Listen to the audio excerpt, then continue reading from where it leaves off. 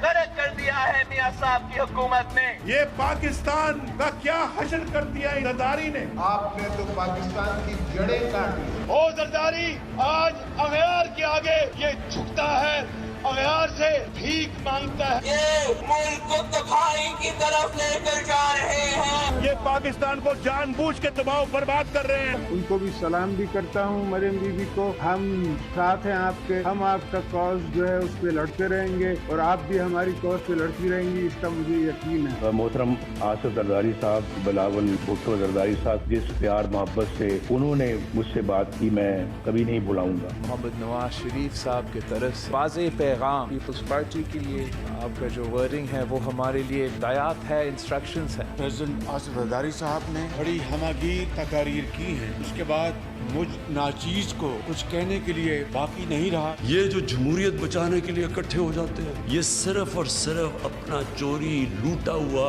जो दौलत इन्होंने बनाई हुई है, इनको पता है कि हमें बाहर से इंफॉर्मेशन आ रही है, इसलिए जल्दी में है कि जल्दी से गवर्नमेंट गिरा दो।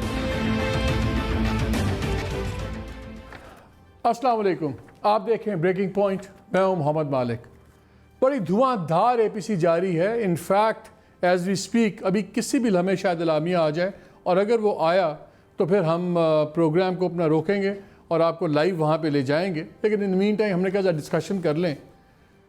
वही पार्टी जो कल तक एक दूसरे की गरेबान पकड़ रही थी, आज एक बॉर्न होमी है। आज लगता है कि उनका बगैर ज़िंदगी नहीं चलेगी। गवर्नमेंट वालों का कहना है कि ये मजबूरी का अलायंस है, क्योंकि ये आपस में जौन से हैं, अब जेल जाने का वक्त आ गया है, सजाएँ देने का वक्त आ गया।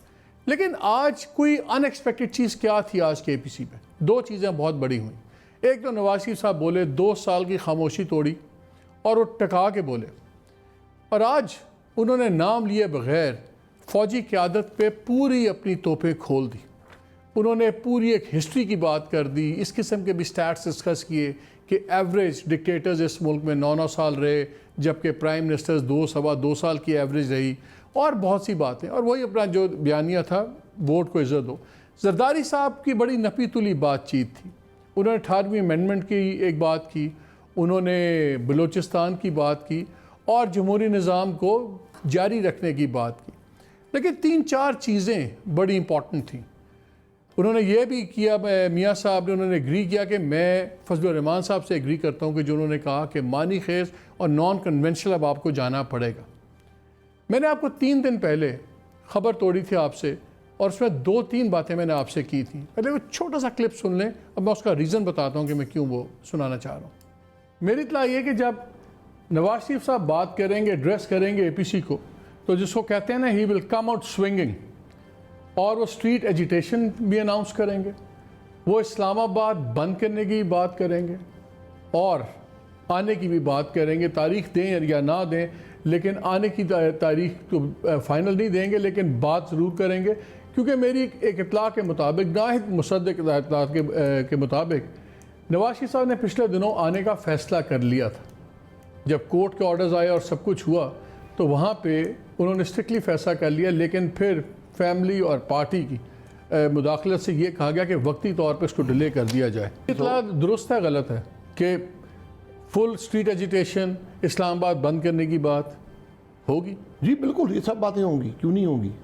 जो लंदन में फ़ैसला हुआ है, मियाँ नवाज शरीफ साहब ने फ़ैसला किया है सख्त एजिटेशनल पॉलिसी। जी, मैं इसलिए आपसे बता रहा हूँ कि इसकी बैकग्राउंड क्या थी। मेरी अब इत्तला ये है कि नवाज शरीफ साहब ने आने का तो फ़ैसला कर लिया है।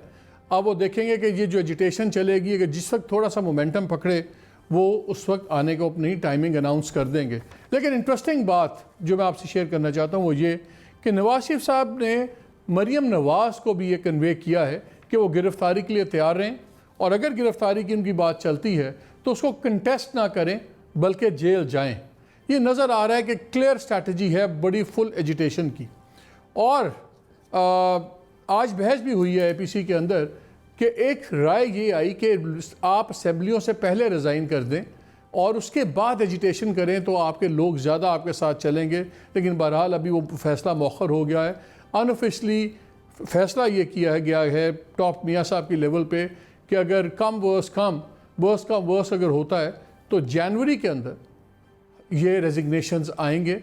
वो इसलिए कि सेनेट के इलेक्शंस मार्च में होने हैं, उससे पहले आए, और इसलिए जनवरी को कट ऑफ डेट रखा गया है।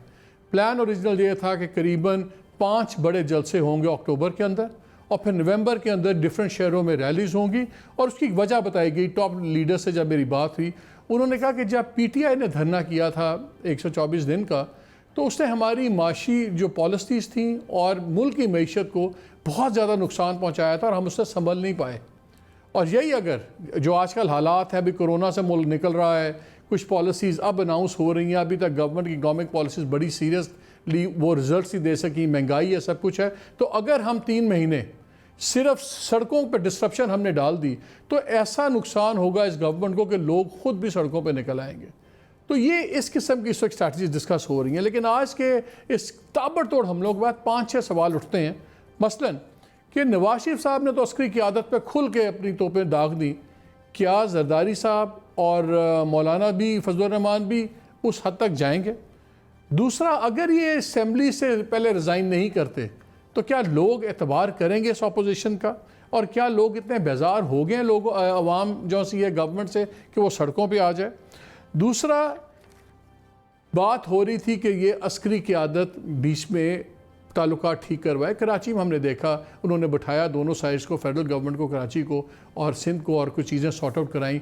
लेकिन जब आपने इतना ज़्यादा मलबा उन पर डाल दिया है, तो क्या अब रिएक्शन आएगा, या आपने इस काबिल ही नहीं छोड़ा कि अस्करी की आदत आपकी और गवर्नमेंट के दरमियान में कोई एक मुस्बत रोल अदा कर सके? और अगर अब अपोजिशन ठुक के ना पड़ी, अन्य फैसलों पे अमल दरामद ना किया जो जल्दी अनाउंस हो रहे हैं, तो क्या ये अपोजिशन का डेथ नेल है जो आज साउंड हो गया? बहुत सी बातें हैं। मेरे साथ मौजूद हैं फवाद चौधरी साहब, federal minister for science and technology. Thank you very much for joining us Fawad. Mohammad Zubair साहब ने हमें ज्वाइन किया हुआ है, ex governor Sindh, senior member leader हैं PMLN के, और हमें थोड़ी देर में ज्वाइन कर रहे हैं कमर ज़मान कायरा साहब, अगेन फॉर्मर मिनिस्टर और senior member of PPP। Fawad, आपसे शुरू करता हूँ, कितना सीरियस है आज, एंड हाउ सीरियसली? बिकॉज नई बातें, बाकी तो बातें पुरानी हैं, इलेक्शन ये वो, जो जी इलेक्शन स्टील हो गया उसमें तो कोई नई बात नहीं थी। आज जो 2 चीज़ों पे बड़ा फोकस आ रहा था कि स्पेसिफिक मेजर्स होंगी, जनवरी तक की डेडलाइन है, एक स्केड्यूल भी आ गया जो ऑफिशियली भी अनाउंस हो जाएगा, लेकिन ये 12 हफ्ते की गेम अपोजिशन ने खोल के रखी है आपके सामने। आप परेशान हो, सीरियसली लेते हैं आप? देखिए, मेरा ख्याल है जो दूसरा सवाल आपने किया ना, जो क्रक्स है वो ये है कि क्या लोग इतने बेजार हो गए हैं हुकूमत से कि इस अपोजिशन जो इतनी ज़्यादा डिसक्रेडिटेड जो शख्सियात हैं, जरदारी साहब और नवाज शरीफ, क्या लोग इतने बेजार हो गए हैं कि वो जरदारी साहब और नवाज शरीफ की तरफ देखेंगे? Answer is no. Fact of the matter is कि ये जो आज की जो इन्होंने APC की है, ये इनकी अपनी एक डेस्परेशन का इजहार है। और आपने जो एक टुकड़ा सुनाया प्राइम मिनिस्टर साहब का, एक्चुअली वो बात बिल्कुल सही है कि इंफॉर्मेशन आ रही है बाहर से, और जो केसेस हैं वो अपने मंतकी इंजाम की तरफ बढ़ते हुए नजर आ रहे हैं, जिसकी वजह से एक डेस्परेशन है। फजलुर रहमान साहब चूंकि गेम से ही बाहर हैं, वो तो चाहते हैं कि हम बसात उलटते, और वो तो शुरू से ये कोशिश कर रहे हैं। एक दफ़ा तो उन्होंने चढ़ाई भी कर दी इस्लामाबाद के ऊपर। लेकिन इस वक्त जो नवाज शरीफ साहब और जरदारी साहब के 2 डायलमास हैं। एक डायलमा तो ये है कि वो खुद डिस्क्रेडिटेड है और कोई लोग जो हैं उनके साथ नहीं है। दूसरा, और जो अगर आपने एक तहरीक चलानी है तो फिर क्या चाहिए आपको? लोग चाहिए। इस वक्त शहबाज शरीफ साहब हो गए, बिलावल साहब हो गए, ये तो लाहौर रावलपिंडी में मैरिज हॉल के अंदर भी जलसा करने की पोजीशन में नहीं है। लिहाजा वो क्या कर रहे हैं, वो एक रेंटेड क्राउड जो फजलुर रहमान साहब ले लेके फिर रहे हैं बच्चों को, मदरसे के बच्चों को, और कह रहे हैं कि कोई इनको लीड कर दे, कोई इनसे तकरीर कर ले, उसके ऊपर रिलाई कर रहे हैं। Now here is a question for you कि क्या आप मदरसे के बच्चों को लेकर के मुल्क में सियासी बसात पलट सकते हैं? मेरे ख्याल में ये होना बहुत मुश्किल है और नामुमकिन है। और दूसरी जो आज नवाज शरीफ साहब ने जो मेरे ख्याल में एक अपने पाँव के ऊपर दोबारा जो कुल्हाड़ा चलाया, देखें आप 33 साल आपने कहा मुल्क में अमरीत रही, उनमें से 15 साल तो आप जो है उसमें उसका हिस्सा रहे।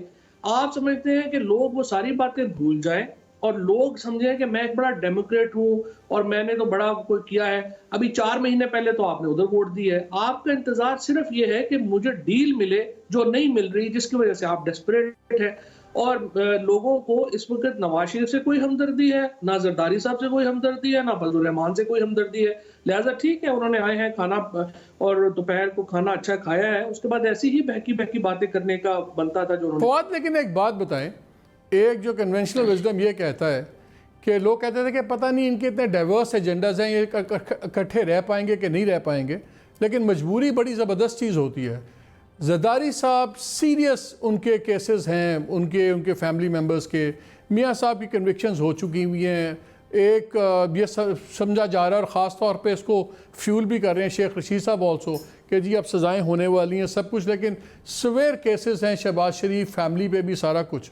अगर शरीफ फैमिली को भी अब ये लग रहा है कि आधी फैमिली तो पहले ही डिसक्रेडिट हो गई है, कॉन्विक्ट हो गई है, उनको बाहर जाना पड़ गया, और दूसरा शहबाज शरीफ जिसके बारे में कहा जाता था कि ही वो somebody the establishment could do business with, अगर उनको भी सज़ाएँ होनी है सब कुछ, तो ना बैड बिहेवियर से बचे ना गुड बिहेवियर का कोई फ़ायदा हुआ।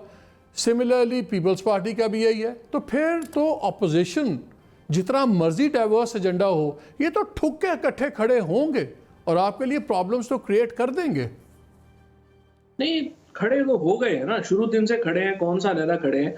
सादक संजरानी साहब के खिलाफ जब नो कॉन्फिडेंस आई थी तो सारे इकट्ठे थे, बुरी तरह शिकस्त हुई। फैटफ में सारे इकट्ठे थे, बुरी तरह जो है वो शिकस्त हुई। अब सवाल ये पैदा होता है कि क्या मोहम्मद मालिक को, आपके कैमरामैन हैं, हमारे जो सारे आम लोग हैं, हमारे जो लोग हमारे दोस्त हैं, उनको नवाज शरीफ साहब की जो सजा है उससे बचने के लिए वो नवाज शरीफ का साथ क्यों दें? लोग तो अपने एजेंडे पे जाते हैं ना। मुझे आप बताइए कि नवाज शरीफ की, आसिफ जरदारी की, उनकी मॉरल करेंसी क्या है जिसकी बिना लोगों में दो तीन चीजें तो हैं ना फवाद, महंगाई बहुत है, जॉबलेसनेस बढ़ रही है। अब ये नहीं हम कहते कि आपका कसूर है, पूरी दुनिया में ही हो रही है, लेकिन नौकरियों की फिक्र है, कारोबार बंद हुए हैं, महंगाई इतनी है, बिल्स के जो से गैस बिजली के बिलों ने तबाही की, लोग तो दुखी हैं। 2 पॉइंट्स हैं। पहली बात तो यह है कि जो इस वक्त नवाज शरीफ, आसिफ जरदारी, फजल रहमान की कोई मॉरल करेंसी नहीं है। सो किसी सूरत में कोई भी जो तहरीक चलेगी ना, उसकी जो बुनियादी चीज होती है वो ये होती है कि उसकी मॉरल करेंसी क्या है, लोग उसके साथ जुड़ते कैसे हैं। सो इन तीनों लीडर्स की कोई मॉरल करेंसी नहीं है। अब दूसरी तरफ आइए, आपने जैसा जिक्र किया कि गवर्नमेंट की परफॉर्मेंस उतनी अच्छी नहीं है जितनी होनी चाहिए। अब ये पीटीआई का एक ऊपर क्रिटिसिज्म हो सकता है। अब इसमें देखिए कि क्या लोग ये समझते हैं कि अगर इसकी कारकर्दगी अच्छी नहीं है तो क्या लोग नवाज शरीफ, जरदारी या फजल रहमान की तरफ देखते हैं? Answer is no. लोग इमरान खान को कहते हैं कि जनाब आपकी यहाँ पे परफॉर्मेंस हमें लगता है कि इसको बेहतर हो जाएगी, फलानी टीम बदल लें, ये हिकमत अमली बदल लें। लोगों की उम्मीदों का मरकज अभी भी इमरान खान है। आप कह रहे हैं लोग, आप ये कह रहे हैं, फिर मैं उमर के जुबैर के पास जा रहा हूँ, अगर मैं ये कहूँ, आप ये कह रहे हैं लोग गवर्नमेंट से तो नाला हैं लेकिन इमरान खान से नहीं है। जो लोग, मैं ये कह रहा हूं कि जो लोग इमरान खान से भी नाला, जो लोग पीटीआई की गवर्नमेंट के भी क्रिटिक हैं, वो भी इमरान खान के खिलाफ नहीं है। वो इमरान खान को तो कह रहे हैं कि जी आप ये कर ले तो बेहतर हो जाएगा। और एग्जैक्टली एक्चुअली आपका पॉइंट तो थोड़ा सिर्फ वर्डिंग के फर्क से ऑलमोस्ट यही पॉइंट है। बिल्कुल सही। जुबैर, आप लोग तो आज अनाउंस किया आप लोग सड़क के लिए तैयार हैं, लेकिन जैसे फवाद चौधरी कह रहे हैं सड़क आपके लिए तैयार नहीं है। Do you agree? एक तो फवाद चौधरी बड़ा स्मार्ट है और चुन के नाम लिए उन्होंने, लेकिन एक नाम उन्होंने नहीं लिया। ये जब रोड्स ही की बात कर रहे थे वो कि लोग निकलेंगे नहीं, मरीम नवाज़ का नाम नहीं लिया उन्होंने, क्योंकि उनको पता है कि मरीम नवाज़ निकलेंगी तो उनके साथ लाखों लोग निकलेंगे। अगर इनमें हिम्मत हो, एक तो मैं फवाद चौधरी साहब से ये कहूँगा कि जी देखें, हम पॉलिटिक्स कर रहे हैं, PTI is a political party, PMLN is a political party, आए आके पॉलिटिकल मैदान में मुकाबला करते हैं। जो कोर्ट कचहरी के ना, वो फवाद चौधरी या शेख रशीद को उसको थ्रेट के तौर पर या सोर्ड के तौर पर नहीं इस्तेमाल करना चाहिए। वो कोर्ट कचहरी पर ही छोड़ दें और सियासी मैदान में आके मुकाबला करें कि नवाज शरीफ पर क्या केसेस हैं, शहबाज शरीफ पर क्या केसेस हैं, इससे इनका क्या ताल्लुक है। इनमें इतनी जुर्रत होनी चाहिए और इतनी हिम्मत होनी चाहिए कि मरियम नवाज हों, शहबाज शरीफ हों, शाहिद खाकान अब्बासी हों, नवाज शरीफ हों, आप सियासी मैदान में मुकाबला करें। लेट्स सी के हु प्रिवेल्स। लेकिन जुबैर, मुझे एक बात बताइए, जब आपकी गवर्नमेंट गिरी, जब मियां साहब को हटाया गया, और जब लेके आए जुलूस, वो जुलूस नहीं थे जो हम समझते थे। जब वो लंदन से पहली बारी आए, गिरफ्तारी दी, तब भी वो जुलूस नहीं थे जो आप लोगों ने हमें कहा था और हम भी समझते थे कि निकलेंगे। वो जुलूस नहीं निकले। स्ट्रीट पावर तो फ्रैंकली आयरॉनिकली अभी तक सबसे ज़्यादा मौलाना साहब ने दिखाई है। अगर दिखाई है तो ये किस स्ट्रीट पावर के ऊपर आप और पीपल्स पार्टी इतना ज़्यादा रिलाई कर रहे हैं? एक तो मालिक, मैं फिर से दोहराऊंगा, अगर स्ट्रीट पावर नहीं थी और अगर लोग निकल नहीं रहे थे तो लास्ट ईयर प्रिसाइसली उस वक्त क्यों मरियम नवाज को अरेस्ट किया था, जब वो 2 हफ्ते या 3 हफ्ते के पंजाब के दौरे कर चुकी थी। और जब उन्होंने ऐलान किया कि मैं परसों जा रही हूँ मुजफ्फराबाद, तो फिर अगस्त 5 का जो एक्शन था मोदी साहब का, उसके बाद जब उन्होंने ऐलान किया 3 बजे रात को फैसलाबाद हो, कोट मोमिन हो, सरगोदा हो, पाकपतन हो, साहिवाल हो, कौन सी जगह थी जबकि टिकट्स नहीं चल सकते थे। जुबैर, मैं जरा इस पे आ जाऊं, मैं जरा करंट पे आ जाऊं, मैं जरा स्पेसिफिक्स में आ जाऊं। अगर तहरीक चलनी है, और आज हमने मियाँ साहब को देखा, माशाल्लाह ही वाज लुकिंग हेल्दी, आवाज़ भी गनगरेज के साथ थी, बिल्कुल सेहतमंद लग रहे थे। तहरीक अगर चलनी है तो क्या आज उनको अनाउंस नहीं करना चाहिए था कि मैं आ रहा हूँ और आके मैं यहाँ से लीड करूँगा? उस पर उन्होंने कोई बात नहीं की। जी, इसमें मालिक 2 राय हैं और ओपिनियन ऐसा ही होता है कि क्या वो बाहर बैठ के ज़्यादा इफेक्टिव है। From a political stand point मैं बात कर रहा हूँ, मेडिकल की अभी बात नहीं कर रहा। From a political stand point क्या बाहर बैठ के, और बहुत से लीडरान पाकिस्तान में नहीं बाहर भी बाहर बैठ के तहरीक को ज़्यादा इफेक्टिवली लीड करते रहे हैं। So for now I think मियाँ नवाज शरीफ जो हैं वो ज़्यादा इफेक्टिव। आज की जो तकरीर थी वो यहाँ होते तो तकरीर ना कर सकते, जाहिर सी बात है। सो जो लोगों में, अगर आप छोड़ दें पीटीआई के, जाहिर है पीटीआई वाले तो नहीं उनकी तकरीर को पसंद करेंगे, लेकिन अगर आप एक रैंडम सर्वे नून लीग के सपोर्टर्स में करें तो आज उनमें वो जान आई है जो पिछले 2 साल से नहीं थी। सो आपने सबसे पहले तो अपना होम बेस संभालना होता है। नहीं, मैं आपसे इसलिए पूछ रहा हूँ, मैं आपसे इसलिए पूछ रहा हूँ कि मैं आज एपीसी पे गया हुआ था, मेरी आपके कुछ लीडरान से गुफ्तगू हुई, तो प्राइवेटली उन्होंने कहा कि जी मियाँ साहब कह सकते हैं सारी बातें, मियाँ साहब लंदन में बैठे हुए हैं, रगड़ा तो हमने यहाँ खाना है। तो ये बड़ा अभी से बातचीत हो रही है। पता नहीं आपको पता नहीं किस लिए। देखें, एक बड़ी चीज़ क्लियर है। एक तो मैं उस हवाले से कह दूं कि एक तो मरियम नवाज के हवाले से एक सबसे ज़्यादा जो हमेशा से डर था कि मियाँ साहब वहाँ बोलेंगे तो यहाँ मरियम नवाज पर हताब आएगा। और मरियम नवाज के हवाले से मैं आपको ये भी बताना चाहता हूँ कि she has refuse and she has said कि जी बिल्कुल ऐलान कर दें कि उनको पासपोर्ट भी नहीं चाहिए, ना वो बाहर जाने के लिए तैयार हैं। तो सबसे ज़्यादा तो उनके ख़ानदान ने कुर्बानियाँ दी हैं। ये कहना कि जी वो कुर्बानियां मियां साहब को नहीं देनी पड़ेंगी। अच्छा, before I go back to Fawad, कुर्बानी नहीं होती। Zubair, before I go back to Fawad, मैं एक सीरियस इशू पे आ जाऊं। आज फौज का नाम लिए बगैर मियां साहब ने कोई कसर नहीं छोड़ी। उन्होंने डॉन लीग्स की चीज़ों से लेके और ये कहा कि जी इलेक्शन हट गए, और क्या कहा उन्होंने इस पूरे निज़ाम पे और इमरान खान पे, वो भी सुन लें। एक सेकंड के लिए भी पीछे नहीं हटेंगे। एपीसी रवायत से हटकर हकीकी तब्दीली के लिए ठोस और मुअस्सर इक़दाम तजवीज़ करे। इमरान खान हमारा एज सच हदफ नहीं है, हमारा मुकाबला इमरान खान से नहीं है। ये मैं इलेक्शन से पहले भी कह चुका था और आज भी कह रहा हूँ, हमारी जदोजहद इमरान खान को लाने वालों के खिलाफ, उनके खिलाफ है जिन्होंने इस तरह इन्हें इलेक्शन चोरी करके इस तरह के नाअहल बंदे को इस जगह पर लाकर बैठाया है और मुल्क को बर्बाद कर दिया है। मैं मौलाना फजल रहमान साहब की सोच से पूरी तरह मुत्तफिक हूँ कि हमें रस्मी और रवायती तरीकों से हटकर इस कॉन्फ्रेंस को बामकसद बनाना होगा। हर डिक्टेटर ने औसतन 9 साल गैर आईनी तौर पर हुकूमत की, जबकि अवाम के वोटों से मुंतखब वज़ीर आज़म को औसतन 2 साल से ज्यादा का अरसा शायद ही मिला हो। हम आगे चल के जमहूरियत को मजबूत कर सकें। पहली बुनियाद जमहूरियत है, उसके बाद प्रॉस्पेरिटी होगी, उसके बाद आप जाके कोई और काम करेंगे। मगर ये ऊपर से आके और नीचे समझते हैं कि हमने जमहूरियत कर दी।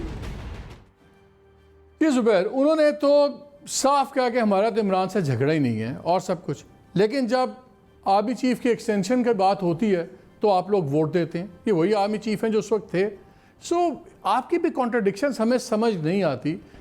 कुछ एनालिस्ट का ख्याल है कि आप लोग चाहते हैं कि आप लोग चाह रहे हैं इतना शोर मचा के कि बेसिकली जो रिलीफ आपको इमरान खान से नहीं मिली, जो रिलीफ आपको अदालतों से नहीं मिली, आप इतना ज़्यादा प्रेशर क्रिएट कर दें आर्मी के ऊपर कि बिहाइंड सीन्स वही कि आपको थोड़ी सी रिलीफ दिलवा दे कि चलें यार कुछ मुल्क चल रहा है सब कुछ, तो क्या हो रहा है? बिकॉज आपकी कॉन्ट्रडिक्शन होते हुए फिर ये चीज़ समझ नहीं आती। जी आप मालिक, एक तो आप कॉन्ट्रडिक्शंस के हवाले से आप सही कह रहे हैं। मसला पाकिस्तान का ये है, आपको भी पता है और मुझे भी पता है, बहुत सी चीज़ें जो मियां नवाज शरीफ ने आज बातें की हैं और आप अभी डिस्कस भी कर रहे हैं, ये हम ड्राइंग रूम में बैठ के हम सब डिस्कस करते हैं, आप भी डिस्कस करते हैं, पाकिस्तान के अवाम भी डिस्कस करते हैं और महसूस भी करते हैं बहुत सी चीज़ें, डिबेट नहीं कर सकते थे। अब ये बड़ा मुश्किल है इस मुल्क में कि अगर मैं ये कहता हूँ 2017 में तो जब डिस्क्वालीफाई किया था तो इमरान खान तो उस वक्त हुकूमत में नहीं थे, so how can Imran Khan be blamed for the decision जो कि अनलीश किया गया था। इमरान खान को तो नहीं, मॉनिटरिंग जज इमरान खान ने तो नहीं लगाया था, इमरान खान ने तो नहीं कहा था कि जी 6 महीने या 8 महीने में रेफरेंसेस का फैसला हो जाना चाहिए। ये सब वो चीज़ें जो पाकिस्तान की तारीख में कभी नहीं हुई हैं। सो एक यूनिक चीज़ें हैं जो कि कभी डिस्कस ही नहीं कर सकते। अब मसला ये है कि इंटरफेरेंस भी होती है। नो वन, फवाद चौधरी भी नहीं ये कह सकते कि पाकिस्तान की तारीख में पॉलिटिकल इंजीनियरिंग नहीं हुई। सुप्रीम कोर्ट अब कहता है अब पॉलिटिकल इंजीनियरिंग, आप लोग खुद उस इंजीनियरिंग के बहुत बड़े बेनिफिशरीज हैं। आप लोग बहुत खुद, आपकी पार्टी उस इंजीनियरिंग की सबसे बड़ी बेनिफिशियरी है। आप तो जानते हैं इंजीनियरिंग हुई है, लेकिन आपने फायदा भी तो उठाया 30 साल। लेकिन एक तो 30 साल मेरा ख्याल है बड़ा गलत है। 1993 अप्रैल में जब मियां नवाज शरीफ ने गुलाम इसहाक के बारे में तकरीर की थी कि मैं डिक्टेशन नहीं लूँगा, उसको 27 साल हो चुके हैं, फॉर गॉड सेक। 99 उसके बाद उनकी हुकूमत टूटी है। जनरल काकड़ ने एक बैलेंसिंग फैक्टर किया था, उसमें नवाज शरीफ का क्या कसूर था? उनको सुप्रीम कोर्ट ने रिस्टोर कर दिया, पार्लियामेंट से जाके उन्होंने वोट ले लिया और उसके बाद फारिग कर दिया गुलाम इसहाक और दोनों को। 99 में मार्शल लॉ मियां नवाज शरीफ के खिलाफ लगा था। कमाल है। अब आप कह रहे हैं कि हम बेनिफिशरी, बिल्कुल बेनिफिशरी थे इन द 80s, बिल्कुल बेनिफिशरी थे 90 में। लेकिन यू कांट जस्ट से कि जी 30 साल पहले जो चीज हुई थी, अगर मैं बेनिफिशरी था तो मैं वही रिपीट चीज आज करूंगा। We can't let it, we are talking about 22 crore people of Pakistan and the future of Pakistan. It's not just about Nawaz Sharif. Nawaz Sharif तो ने ये सारी दे दी। चले, मैं भी आपके पास जुबैर, मैं आपके पास एक सवाल छोड़े जा रहा हूं। मैं पहले फवाद के पास वापस आऊंगा। सवाल आपसे ये छोड़े जा रहा हूं कि ये तमाम बातें जो निज़ाम को ठीक करनी थी उस वक्त क्यों नहीं की जब आप लोग ताकत में थे या वज़ीर आज़म थे? जब आप निकलते हैं वज़ीर आज़म हाउस से तब सडनली डेमोक्रेसी क्यों याद आती है? लेकिन मेरा फवाद से सवाल कुछ और है। फवाद, आज जो prime minister, former prime minister ने ये जो सारा इतना स्ट्रॉन्ग बयानिया लिया, तो उसके दो ही पहलू निकलते हैं। क्या वो ये रहे हैं कि बिल्कुल फ़ौज का किसी किस्म का ताल्लुक नहीं होना चाहिए, लेकिन क्या ये जो सी सोच की जा रही है कि एक्चुअली वो फोर्स करना चाह रहे हैं फ़ौज का हाथ कि फ़ौज बीच में इन्वॉल्व हो और कुछ रिलीफ दिलवाए? आप किस स्कूल ऑफ थॉट से एग्री करते हो? देखिए, पहली बात तो ये है कि नवाज शरीफ साहब की ये जो जुबैर साहब ने भी बात की कि 93 के बाद उन्होंने कभी इदारों से डील नहीं की, ये तो बिल्कुल गलत बात है। जब नवाज शरीफ की रेस्टोरेशन जो थी वो सुप्रीम कोर्ट के उस वक्त के चीफ जस्टिस साहब के साथ मिली भगत का नतीजा थी और बेनज़ीर भुट्टो ने इस बात को लियाकत बाग में जलसा किया और कहा कि ये चमक का नतीजा है। उसके बाद 96-97 में जब वो बरसर इक़्तिदार आए, किससे डील करके आए थे सबको पता है। उसके बाद अभी भी जो नवाज शरीफ साहब का जो आज की भी तकरीर है, उसका सारा गिला और लुब्बे लबाब क्या है कि जब अवाम और इमरान खान मिल करके हमें डाल रहे थे तो फौज और जुडिशरी हमारे साथ क्यों नहीं खड़ी हुई? और उनका काम था कि वो हमारा, यानी अगर फौज और जुडिशरी नवाज शरीफ को तो ले आए, उनको अपने कठपुतली के तौर के ऊपर रखे, तो फिर नवाज शरीफ के लिए तमाम इदारे भी ठीक हैं, मुल्क भी ठीक है। लेकिन अगर उनको जो साथ नहीं देते रखने में, तो वो सारे के सारे गलत हैं। और अब भी ये जो मुकदमात बने, ये जो कह रहे हैं, ये किसने फैसला लिया था नवाज शरीफ के खिलाफ? जस्टिस आसिफ सईद खोसा साहब ने दिया था, वो बेंच हेड कर रहे थे। और जस्टिस आसिफ सईद खोसा साहब ने ही बाद में, अगर आपको याद हो, तो मौजूदा आर्मी चीफ की जो एक्सटेंशन थी उसको जो है वो उसको रोका था। तो अगर आसिफ सईद खोसा इतने ही कठपुतली थे जितने कि आज नवाज शरीफ साहब बताना चाहते हैं, तो फिर बाद के वाकयात तो उसको कंट्राडिक्ट करते हैं। हकीकत यह है कि नवाज शरीफ साहब के ऊपर, जरदारी साहब के ऊपर तमाम मुकदमात बिल्कुल सही है, उनमें एक लफ्ज, एक रत्ती भर झूठ नहीं है। उनकी पॉलिटिलाइजेशन की जाती है ताकि उनको एक कंट्रोवर्शियल बनाया जाए और ये लगे कि नहीं उनके खिलाफ ये केसेस बनाए गए। हालांकि हर एक को पता है नवाज शरीफ साहब ने और आसिफ जरदारी ने 1991 का जो मनी लॉन्ड्रिंग का जो फाइनेंस एक्ट लेके आए, उसके बाद मनी लॉन्ड्रिंग की इंतहा कर दी पाकिस्तान में और उनके खिलाफ केसेस सारे। अब भी अगर आज देखिए आप अपोजिशन की एपीसी, कोई एजेंडा नहीं है सवाए इस एजेंडे के कि जो मुकदमात, और आपने शुरू में ये बात भी की कि जो हमारे खिलाफ मुकदमात हैं वो मुकदमात खत्म करें। अब प्राइम मिनिस्टर साहब का अगर आप आखिरी भी तकरीर उठा के देखें, इमरान खान ये कहते हैं कि पीटीआई तो खड़ी इस एजेंडे के ऊपर हुई है, अगर आज हम इसके ऊपर कंप्रोमाइज कर लेंगे तो पीटीआई की तो पॉलिटिकल करेंसी खत्म हो जाएगी। पहले ही नवाज शरीफ साहब को बाहर भेज के हमें ठीक ठाक झटका लगा है और अब हमारे लोग सोचते समझते हैं कि ये नहीं होना चाहिए था।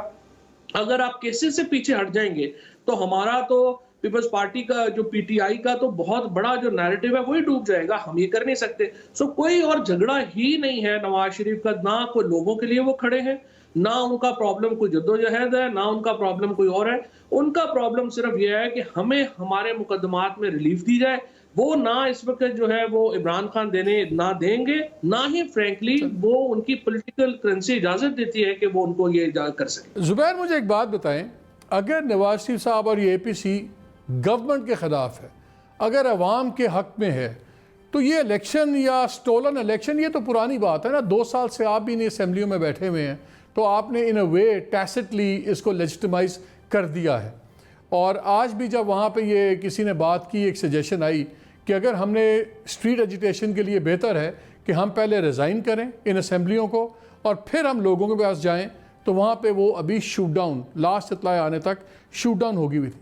अगर तो ये एपीसी लोगों के बारे में है और ये जरदारी और शरीफ ख़ानदान की अपनी ज़ाती प्रोटेक्शन के लिए नहीं है, तो ये स्टोलन इलेक्शन तो पब्लिक इशू है ही नहीं इस वक्त। लेकिन हमने आज देखा है सारी जो नवाज शरीफ साहब की तकरीर थी वो इस पे इशू पे थी।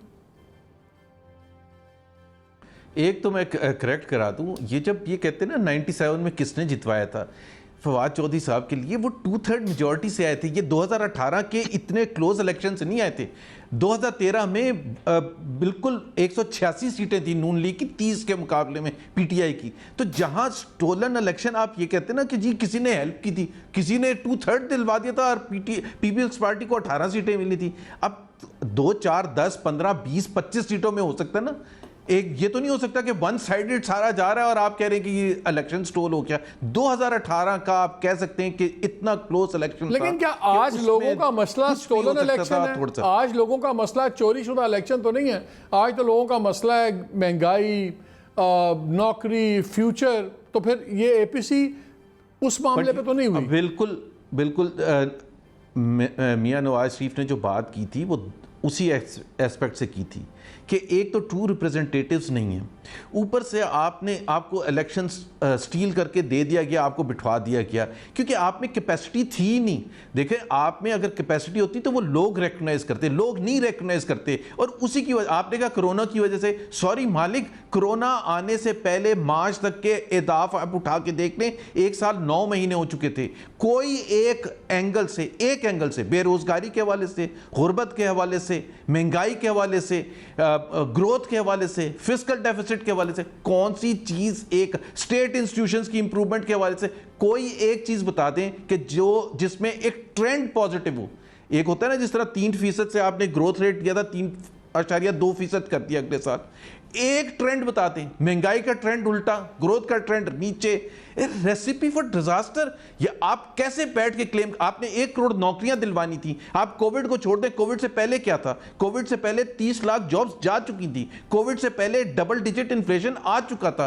कोविड से पहले गुर्बत की लकीर से 1 करोड़ लोग नीचे जा चुके थे। So what are we talking about? एक चलती हुई मईशत को लेकर आपने तबाही मचा दी और आप क्लेम किस चीज का कर रहे हैं? आपने कहा हम स्टेट इंस्टीट्यूशंस को ठीक करेंगे, आप मुझे बता दें डबल हो गया पब्लिक डेट। मुझे सिर्फ एक चीज समझाइए, आज जो इतना जिसको कहते हैं ना स्टारबोर्ड फायरिंग हुई है मियां साहब की अस्करी इदारों पे और सारे लीडरशिप के ऊपर, इसका रिजल्ट क्या है? लॉजिकल कंक्लूजन वो क्या चाहते हैं? क्या चाहते हैं कि एक रिएक्शन आए, इंस्टीट्यूशनल रिएक्शन, तो फिर हम मजलूम बने? कि वो उनका ख्याल है कि जब मैं इतना आगे चढ़ूंगा तो इंस्टीट्यूशन बैक स्टेप करेगा, अंडर प्रेशर आएगा? मुझे सिर्फ इस टाइमिंग पे समझ नहीं आ रही। मैं बता दे तो मालिक, हाँ मैं बता देता हूँ, बड़ा क्लियर है, और वो ये है कि देखें, इनफ इज़ इनफ। एक लाइन होती है, एक रेड लाइन होती है, अगर वो क्रॉस हो जाती है ना तो वो पॉइंट ऑफ नो रिटर्न आ जाता है। तो अभी टिपिंग पॉइंट क्या था? आप कह रहे हैं ना 2018 के इलेक्शन को भूल जाए। क्या टिपिंग पॉइंट करीबी होने वाला फैसला है शहबाज शरीफ का, या आपकी अपील भी 22 सितंबर की है? क्या ये फैसले टिपिंग पॉइंट है? Absolutely no. मैं आपको विद पर्सनल नॉलेज ये कह सकता हूं, ये जो सितंबर में फैसले, इससे पहले की बात है, आज से कोई 25 दिन पहले की बात है, 30 दिन बल्कि महीना पहले की बात है, जब क्लियरली ये बता दिया गया था कि जी देखिए पॉइंट ऑफ नो रिटर्न। हम क्या, जिस तरह आप मरियम नवाज को ले लें यार, आप एक पनिशमेंट की भी इंतहा होती है। आपने खुद सुना होगा कि Maryam will never be accepted. भाई क्यों, क्या हुआ है, किया क्या है? शेख मुजीब को 3 साल के बाद छोड़ दिया था अगरतला कंस्पिरेसी केस में, तो यहां आप ये कह रहे हैं कि जी 8 साल आपने सजा भी दे दी है, आपने डिस्क्वालीफाई भी कर दिया। मतलब एक देयर इज अ लेवल। आप ये कह रहे हैं कि हमें मुकदमे सिर्फ कंसर्न है, ऑफ कोर्स कंसर्न है, लेकिन उसके साथ अवाम और कुछ सुप्रीम कोर्ट के फैसले देख लें, सिंध हाई कोर्ट के फैसले देख लें। ये तो नहीं हो सकता कि आप अंदर भी बंद करते रहें, आप बर्बाद भी करते रहें, नए नए केसेस भी बनाते रहें, धमकियां भी देते रहें, और फिर आप ये कहें कि जी टिपिंग पॉइंट ही नहीं आएगा।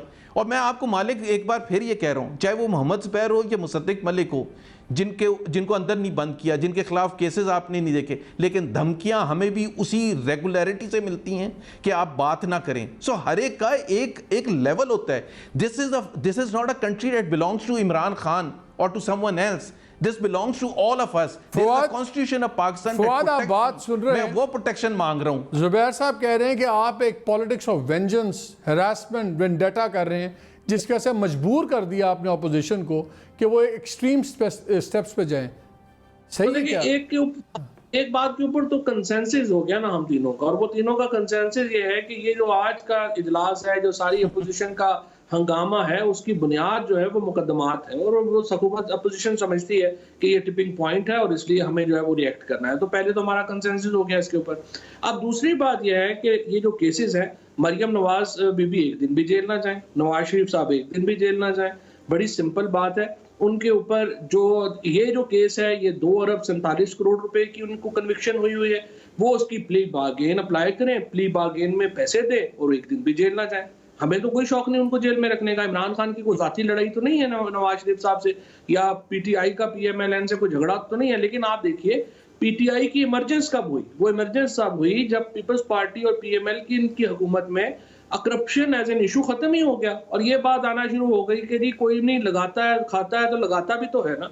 और उसके बाद यही एक इमरजेंस थी पीटीआई की कि आपने करप्शन के खिलाफ स्टैंड लेना है। अब इनके ऊपर जो करप्शन के केसेस हैं, उन करप्शन के केसेस के 2 रास्ते हैं, या वो प्ली बार्गेन करें, एक दिन भी जेल ना जाए, हमारी तरफ से लंदन, पेरिस, न्यूयॉर्क, जहां पे मर्जी जाके रहें, लेकिन पैसे कोई इमरान खान के जाती पैसे तो नहीं है, कोई हमारे जाती पैसे तो नहीं है, वो हम उसको कैसे छोड़ सकते हैं? लिहाजा उसके ऊपर झगड़ा है, वो पैसे आज वापस करे, अल्लाह खैर सल्ला, आप हमारी तरफ से जहां मर्जी जाके रहे। चलिए यहाँ मैं इस पर एक ब्रेक लेता हूँ। काइंडली स्टे विद अस। नाज़रीन, भी बहुत सी बातें हैं ऐसी एपीसी के ऊपर, और आने वाले दिनों में क्या बहुत ज़्यादा पॉलिटिकल टर्मोइल नज़र आ रहा है, हमें नज़र आएगी बहुत ज़्यादा ये पिंग पोंग चलेगा। अभी क्या हो सकता है अगले 3 माह में, बिटवीन टुडे और जनवरी के दरमियान में क्या हो सकता है, इस पर बात करेंगे। स्टे विद अस।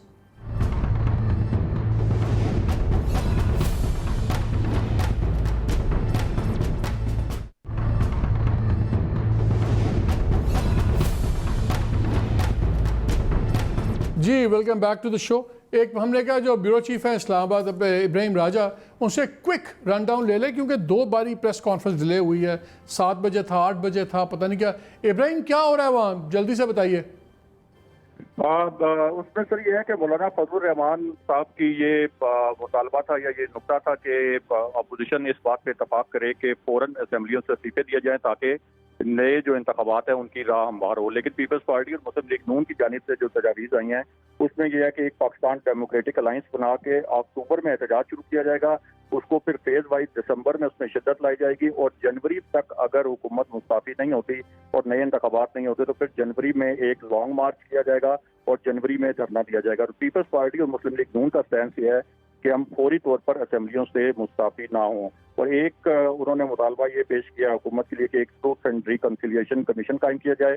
और जो नहीं, मुझे ये बताएं फजल रहमान साहब वगैरह के जो लोगों से आपकी अगर बात हुई है तो क्या उनके लिए ये डील ब्रेकर है कि अगर ये इन्होंने अनाउंस ना किया तो क्या फजल रहमान फिर साइन नहीं करेंगे इस पर?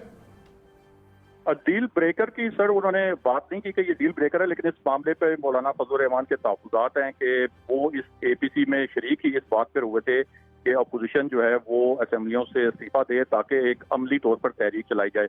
और मौलाना फजल रहमान का मौक़िफ़ यह है कि ये फेज़ वाइज जो तहरीक चलाई जाएगी इससे जो इसका असर है वो कम हो जाएगा। चलें, बहुत शुक्रिया। ज़ुबैर आपसे शुरू करता हूँ। ये तो फिर बड़ी आपके लिए नेगेटिव खबर है जिसको वो रेंटर क्राउड कहते हैं फवाद चौधरी। अगर रेंटर क्राउड भी आपके हाथ से निकल गया तो फिर कैसे करेंगे, तहरीक कैसे चलाएंगे? और बात में वजन तो है, असेंबलियों से रिजाइन करके शुरू करें। असेंबलियां बकौल आपके ये तो एक स्टोलन इलेक्शन है, ये पार्लियामेंट बिल्कुल इररिलेवेंट हो चुकी हुई है, तो क्यों नहीं रिजाइन करते पहले? मेरा ख्याल है इसमें मालिक ये एक मुश्किल फ़ैसला होता है। और मौलाना फजल रहमान का आपको पता है कि पहले दिन से 27 जुलाई को जो APC या जो भी हुई थी उसमें भी उनका यही डिमांड थी कि असेंबलियों में ना जाया जाए। पीपल्स पार्टी और PML ने उस दिन भी ये फ़ैसला किया था कि हमें असेंबलियों में जाना चाहिए। अब उसकी कितनी अफादियत है, लेकिन आप मियाँ साहब भी मानते हैं, मियाँ साहब ने भी माना है, जरदारी साहब ने भी माना है कि हमें जो पहले बात करते थे फजल रहमान ठीक करते थे। तो जब बात मानते हैं तो फिर रिज़ाइन करने से क्यों डरते हैं?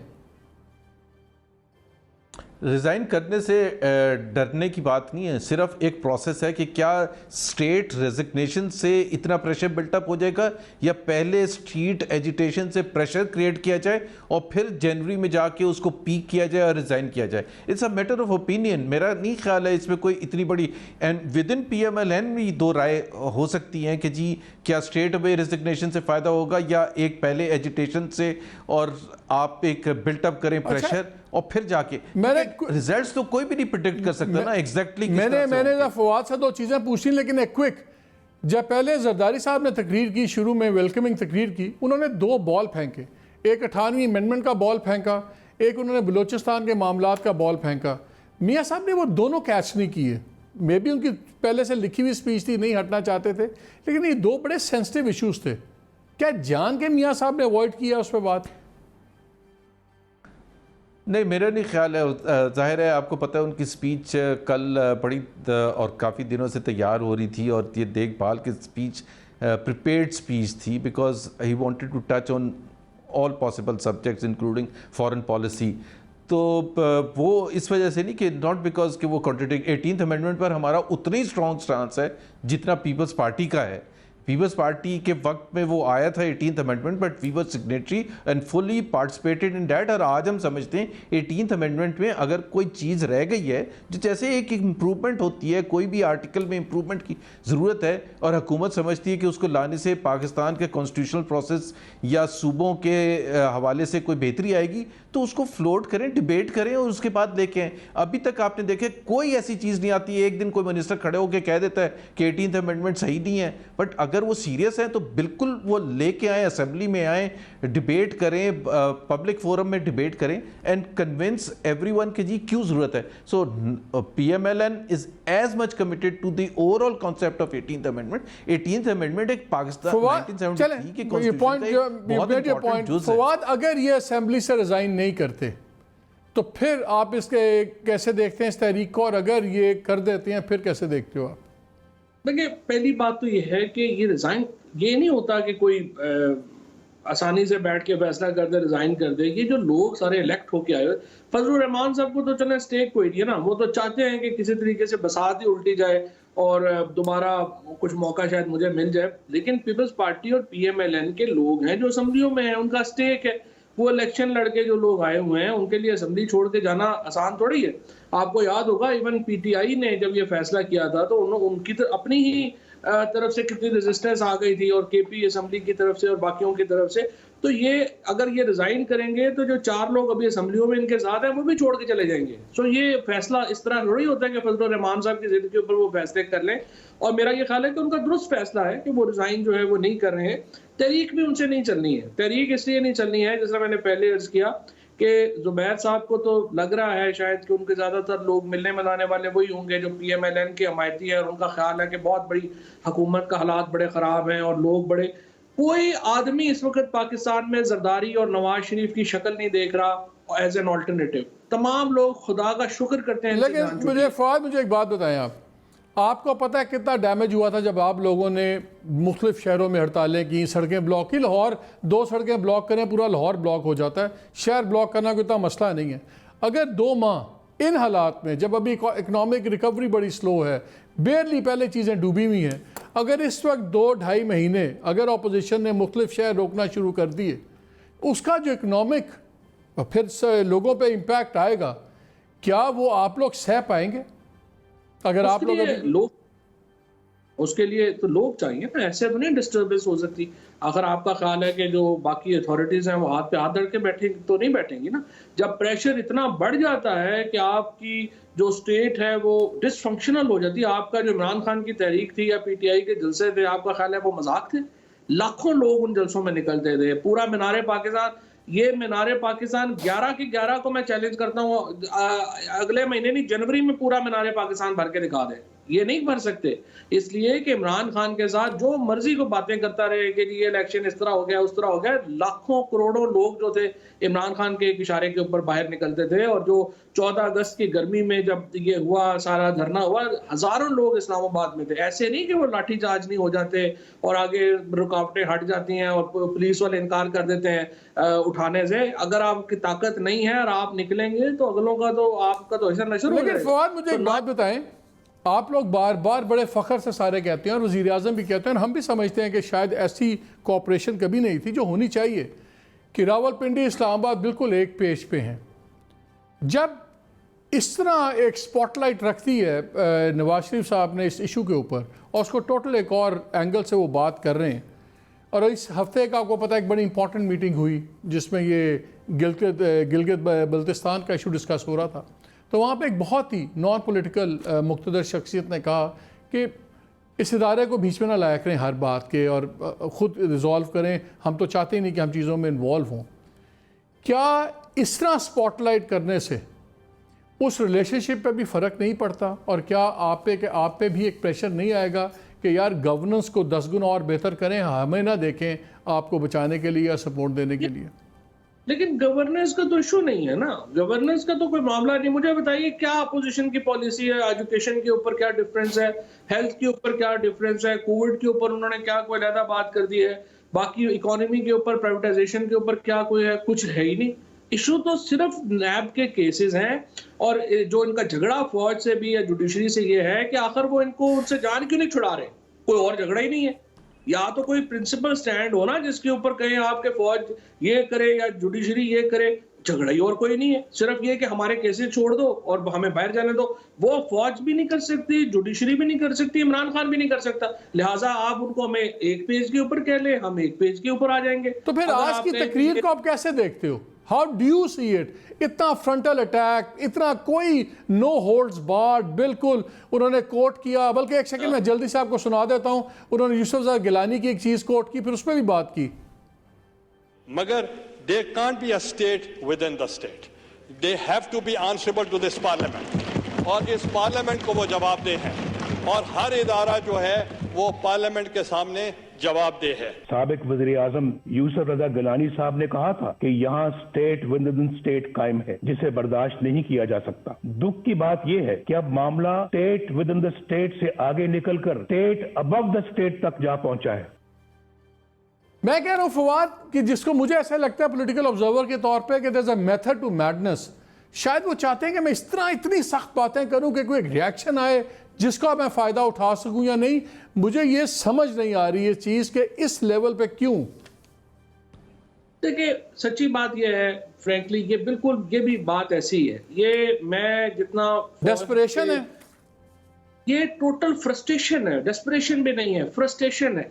और देखिए मुझे यकीन है कि ये जनरल बाजवा साहब को जितना मैं जानता हूँ, और मेरे ख्याल में मैं काफ़ी अच्छा तरीके से उनको जानता हूँ, वो बिल्कुल इस चीज के ऊपर जो है ना उनको गुस्से आते हैं, ना वो इस किस्म के कोई रिएक्शन के ऊपर वो उनके मामलात हैं।